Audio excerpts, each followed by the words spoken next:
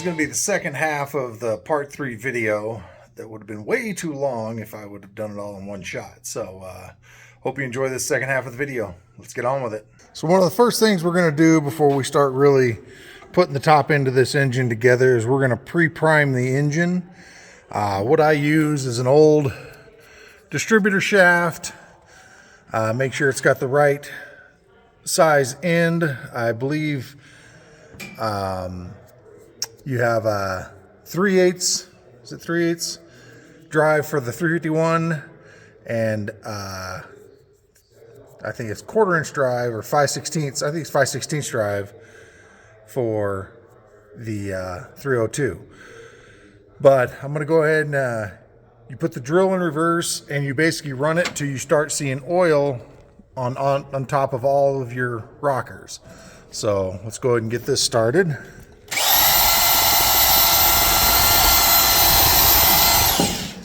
Hold on a sec. Let me go ahead and lock this thing in place. And what it should do is you should start seeing oil, hopefully not on the ground, and coming out of each one of the rockers.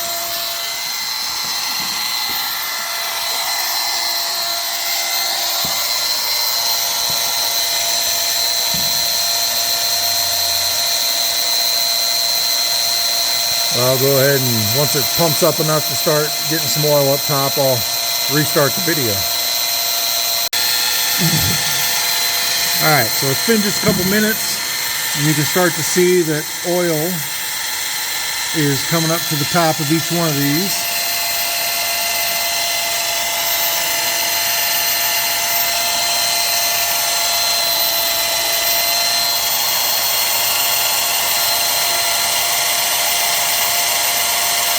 Wait for these front two to get it.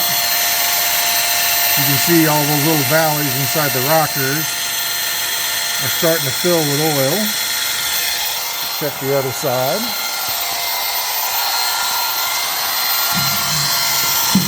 Yeah, all this whole side here has got oil, as you can see. Top of each one of those is full. This also pumps up the hydraulic lifters. See, this one's actually starting to drip.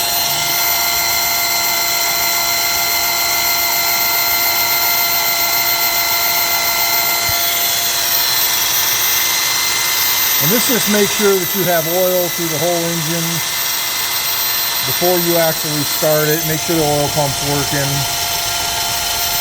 It's just a good assurance before starting a new engine.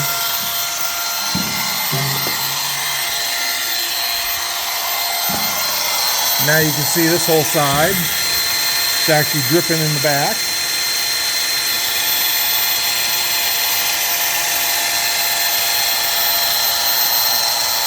But again, you don't need a fancy tool. I just had an old 351 distributor that I disassembled, just used the shaft out of it.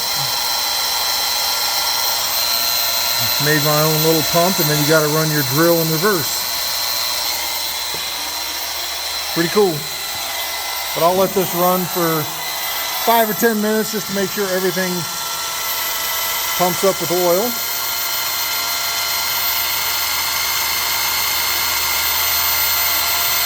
And then we'll get on to the next thing. Alright, we've been running about 5-10 minutes. Got a nice good flow from each one of the rockers. Same with the driver's side. A nice good flow. Now we'll go ahead and shut the drill down and start getting everything together. Alright, now that we've got the pre-prime done, we can go ahead and start getting some assembly done on this engine.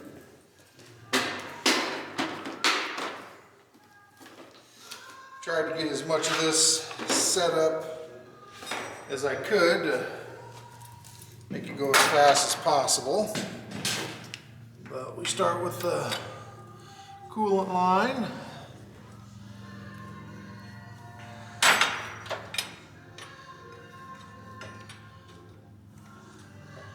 And this is an 1 1/16 wrench that I'm using for the intake bypass line.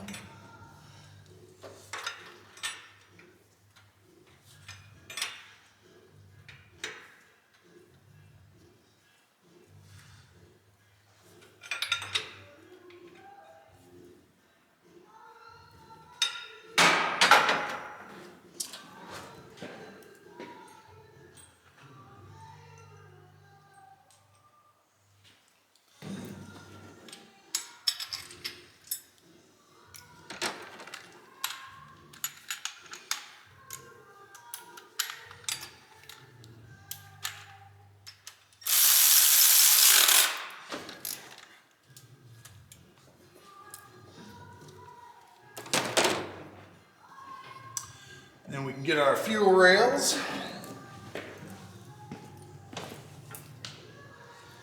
With this one, I'm going to start and run the initial fire up and everything with 24-pound injectors. These injectors were new and had never been run when he built the engine. So they should be fine since they've never had fuel ran through them.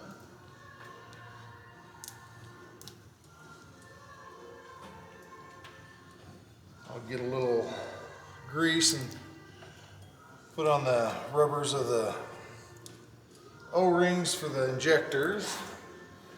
That way it helps them seat a little better, or at least assist me in seating them.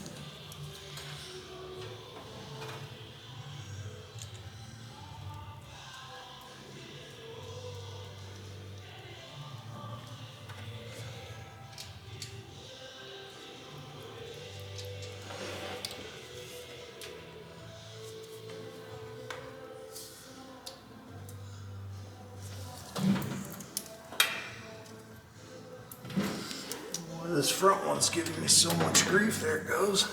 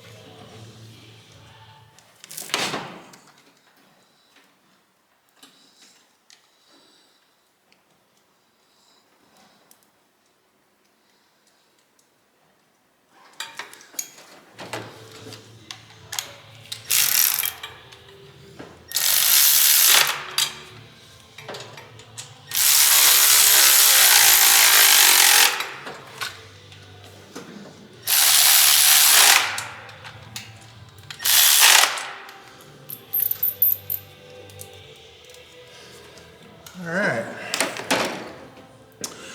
Next, we should probably start adjusting the rocker so I get the valve covers on. That way we're less likely to drop anything inside the engine. With just a hydraulic roller setup, I'll usually go to 0 lash and then a half turn and then lock it in. Right now it's on top dead center. So these ones should be good. Half turn, half turn.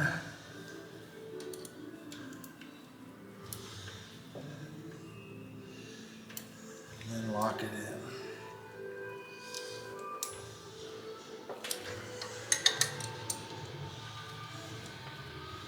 I will go through these after it's been through a few warm-ups.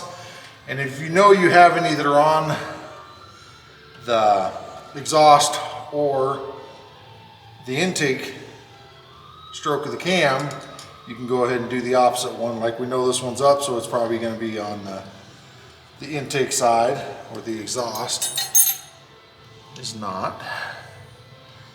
Do the same thing, 0 lash, half turn,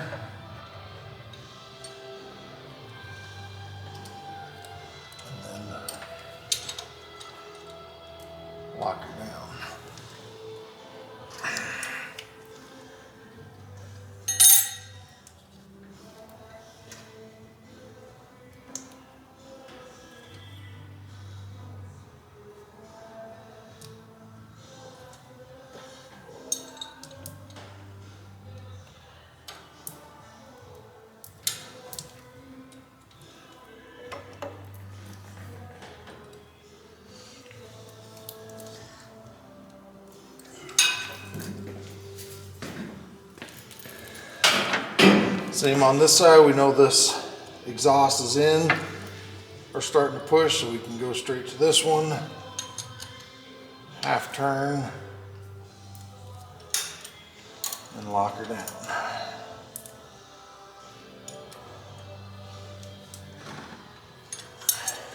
Same with this.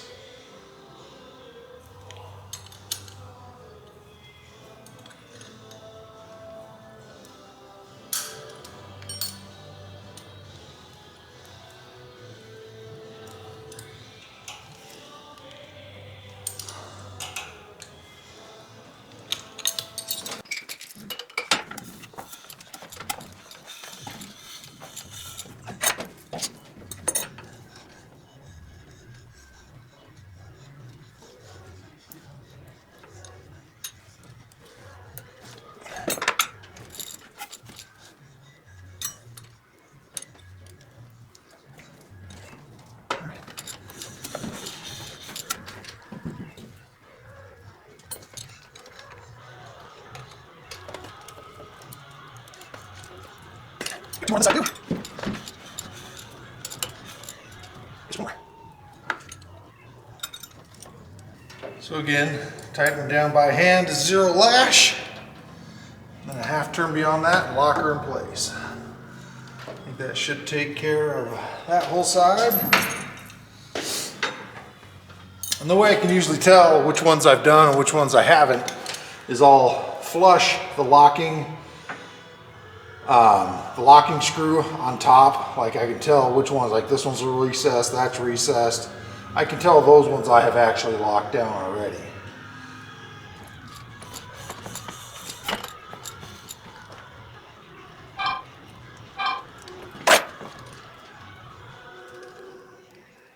Lash. Oh, great.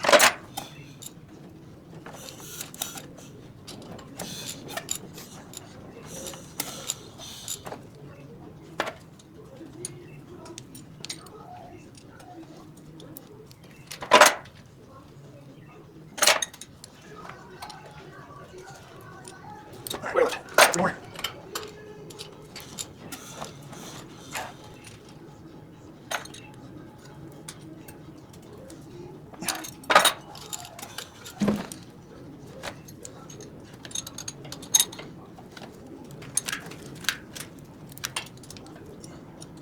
All right, so done. One more. There you go. Lash.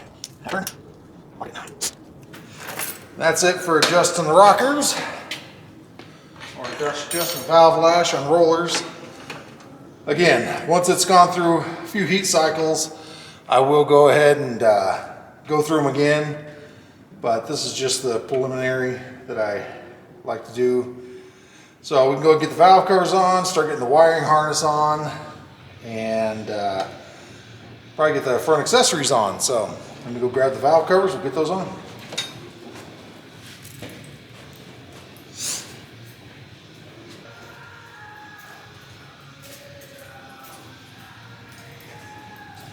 As far as valve cover gaskets go, I like using the one-piece rubber through Felpro. I've seemed to have the best luck with those as far as leaks go. And plus the reusability of taking the valve covers off, doing the valves again or whatever I need to do. So, looks like he had some cork. Probably should have taken off before I got to this, but it looks like it's coming off pretty easy.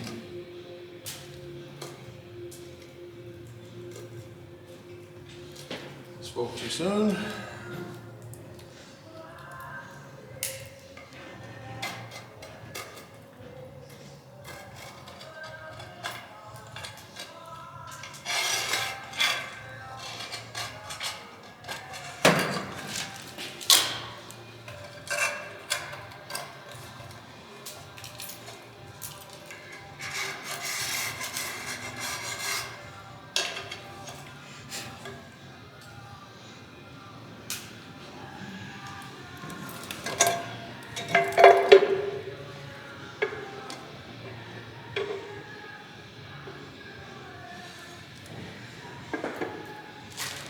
I've got some nice 12-point hardware for these.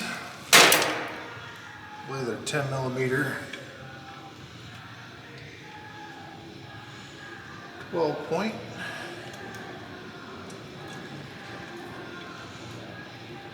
Grab a socket for that.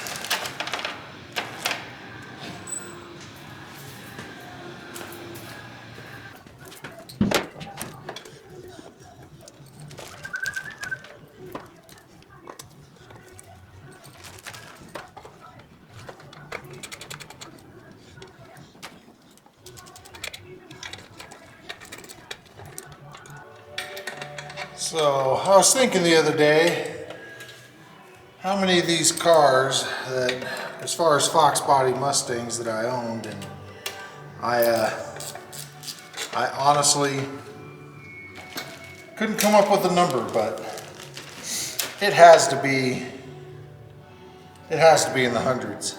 I've owned damn near every variation from 93 Cobras to SVOs. There's just not much I haven't done with these cars. Of course, these were, you know, what everybody wanted to have when I was in high school. If you had a 5-liter Mustang in high school, man, you were just the shit. And it didn't matter if it was a bucket or, you know, brand new. Plus we had a good old Vanilla Ice back then too that really hyped up these cars. And I love the song. Still know every word to it. But yeah, I absolutely love these cars. There's still a few that I have back on my bucket list now that I'm older and would like to own again, especially a 93 Cobra, but they're getting so out of control price-wise that, you know, getting into one is going to be really, really, really tough. So I'll stick with my budget builds. Like, I can't even call this a budget build anymore. You know, a lot of these parts, even though I had them on the shelf, at one point in time I did have money into them. So even though right now it seems that I'm putting this car together, you know, fairly cheap, which I am as far as dollars in today, but, you know, at one point in time I had money into these parts. So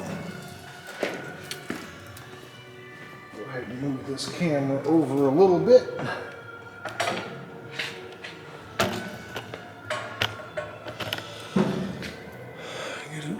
Zoomed over towards the engine. But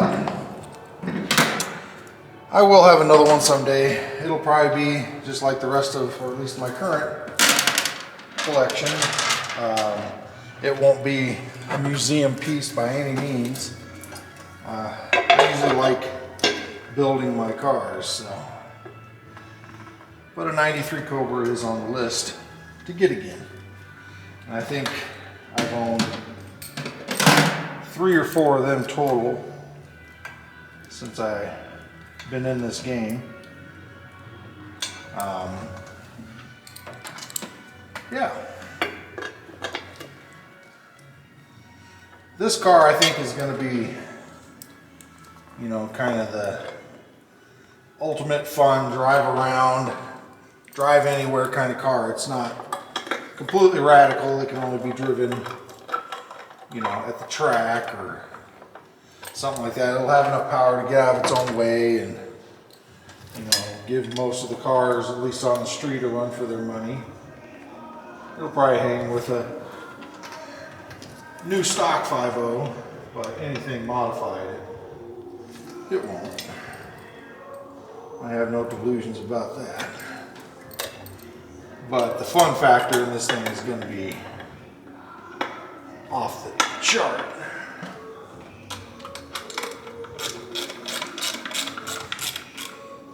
Plus, it'll just be a good nostalgic build with, you know, the GT40 tubular and 351, just kind of raw power Mustang. So glad you guys are kind of on the adventure with this one. Let's see how it goes. Get a swivel for that back one.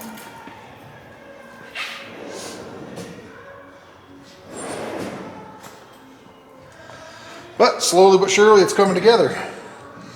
I think maybe by the end of this video I'll get it turned over, but I'm kind of running out of time today. I may have to wait till the next video before I actually fire it.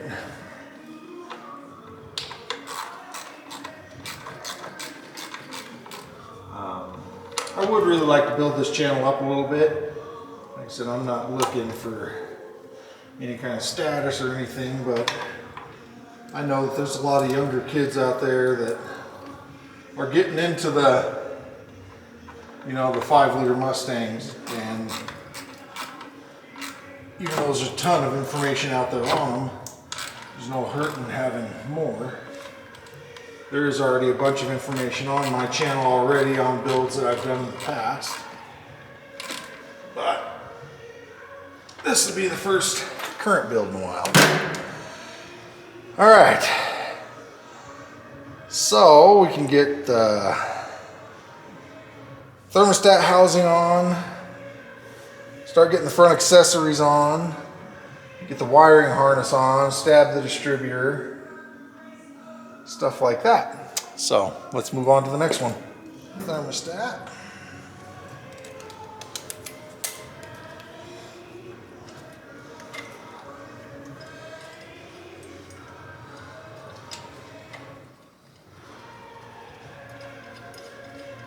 Plus it's kind of nice to start plugging up holes so don't drop anything in the engine, because that sucks. Been there, done that. Got the t-shirt. Never fun tearing apart an engine because you weren't paying attention and dropped something in it.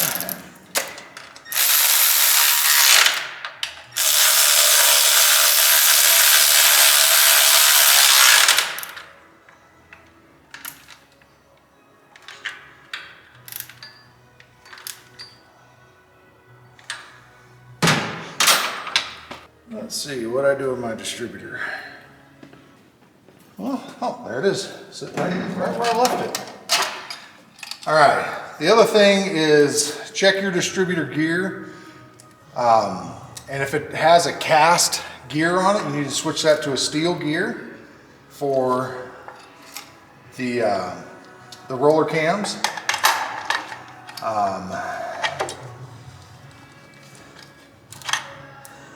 Check this out real quick. Okay, sorry about that. I had a few issues with my distributor, but I got them figured out. Now we can go ahead and get it stabbed in. I reset the engine back on top dead center, pulled this plug, make sure it's on its compression stroke on number 1, and then set it at 0.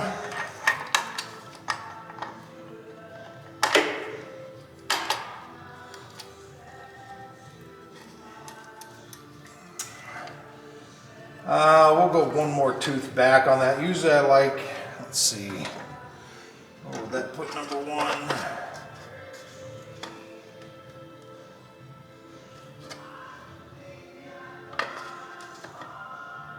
Actually, that's not too bad of a stab there. That's probably workable. So we'll leave it there for now.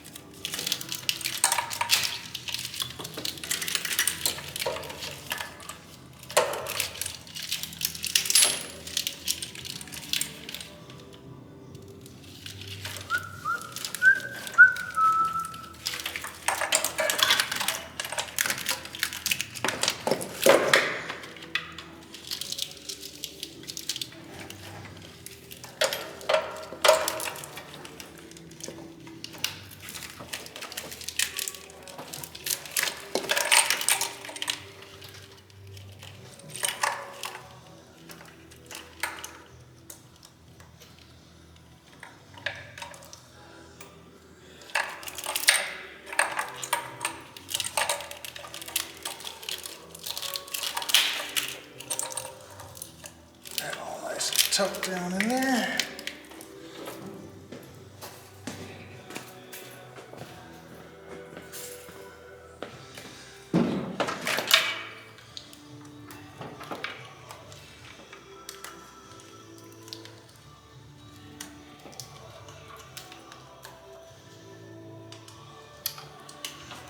I do love the ease of a 5 liter as far as wiring goes.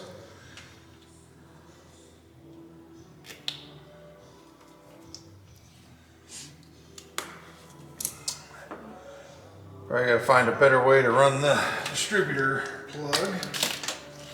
It didn't seem too happy where it was at.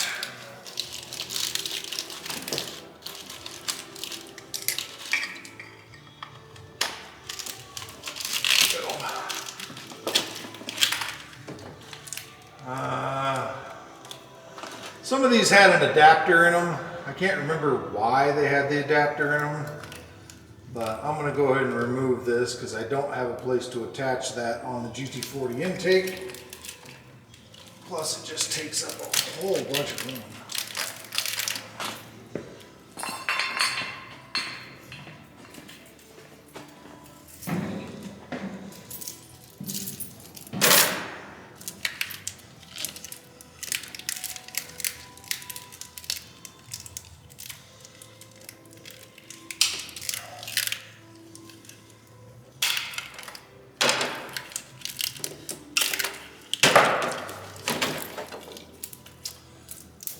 Much better.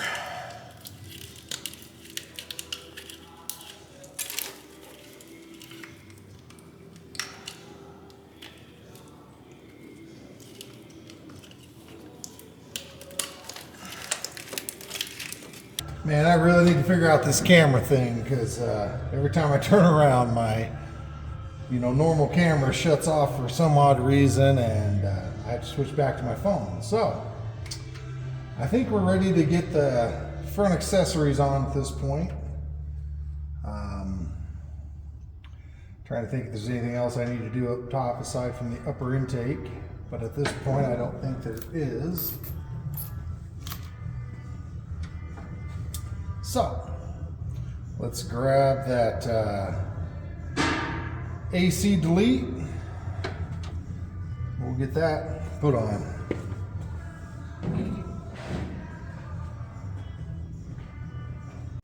So it would appear that this kit, I didn't think about the deck height, but the deck height on a 302 versus a 351, you can see the difference. I'm going to have to weld a bracket and drill new holes into it up here and to make this work. It won't be that difficult to do, but I've got some metal that I can go ahead and make that work. So I guess we'll go ahead and get on to the passenger side, make sure there's no issues there. I believe all 3 bolts for that bolt right to the head since I'm not using the smog pump. So let me go ahead and get that part set up and we'll be right back. All right.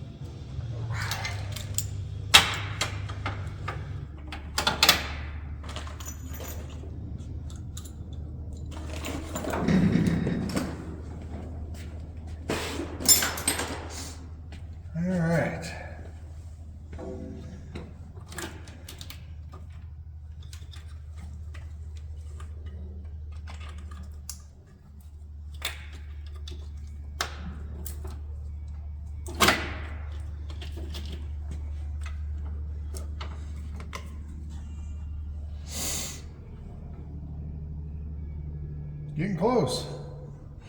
Let's go ahead and find the wires, get them hooked up. 8, 1, let's do 4, 5, 6, 3, 7, 8. There.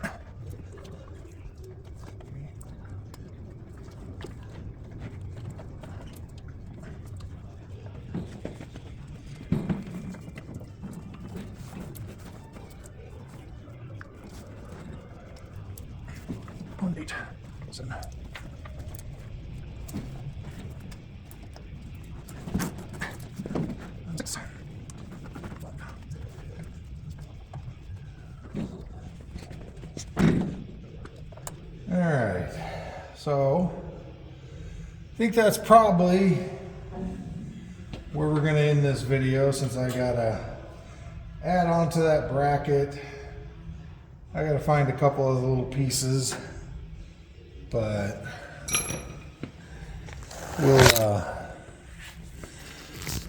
we made some progress on the exhaust. Everything pretty much underneath is buttoned up. I still have the clutch cable I need to hook up.